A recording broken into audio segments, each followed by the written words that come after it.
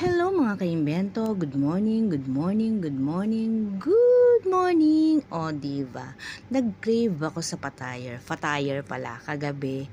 Kaya naman niyaya ko si Habi na kumain kami ng fatayer. Mura lang yan, parang pizza. Mura lang yan mga kaimbento, yung isa na yan is 850 fils. Parang mga 160 pesos ganun.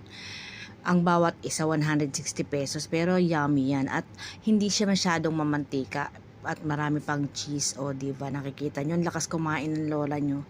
Talaga namang na-miss ko yung fatayer, kaya naman pagka bigay sa amin ng nagtitinda is nilantakan na. O diba, ayan o, tingnan nyo, nilalagyan niya pa ng ketchup, hindi na makapagpigil. Pati rin naman si Habi ayun sa kabilang gilid, talagang kuha rin ang kuha dahil na-miss na rin yung fatayer. Ayaw niya magpakita sa camera, nahihiya at malakas daw siyang kumain at medyo lumalaki na raw siya ngayon. Kaya sabi ko sa kanya, hindi naman siya lumalaki, nagda-diet na nga siya.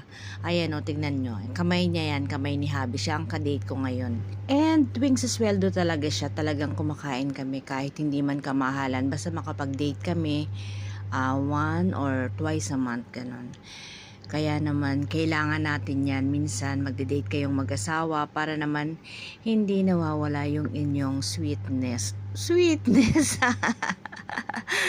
Totoo yun, kailangan magde-date kayo paminsan-minsan para naman tingnan mo yung lola nyo, patingin-tingin pa sa ulap, nag-iisip pa kung ano na naman ang kakainin niya, kung ano ang susunod na o-orderin. O diba, yung isa pala na yan is cheese and mushroom. Ito namang isa is cheese lang kasi para magkaiba. Yung isa pala 1 KD 186 pesos sa atin. Etong isa is 850